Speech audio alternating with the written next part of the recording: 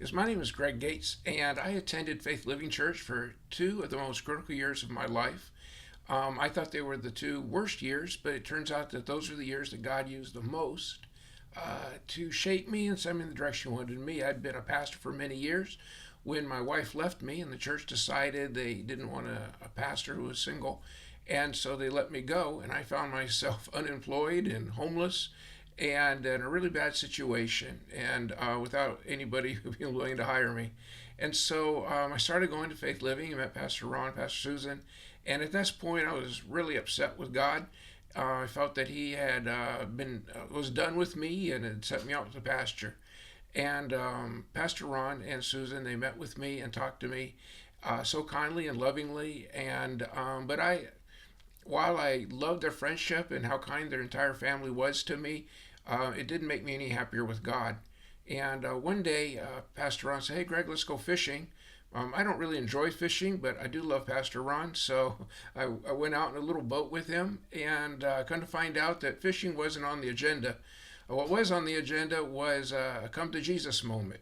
And Pastor Ron began to share with me that when God calls you, He never takes that call away from your life. He never removes it.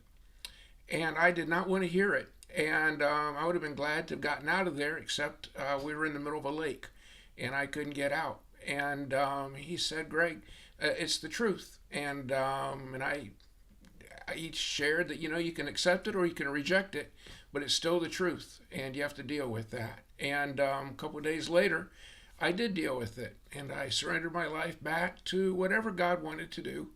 And whatever that might be, I'll leave the results up to Him. But I want Him to know that I was surrendered to His will.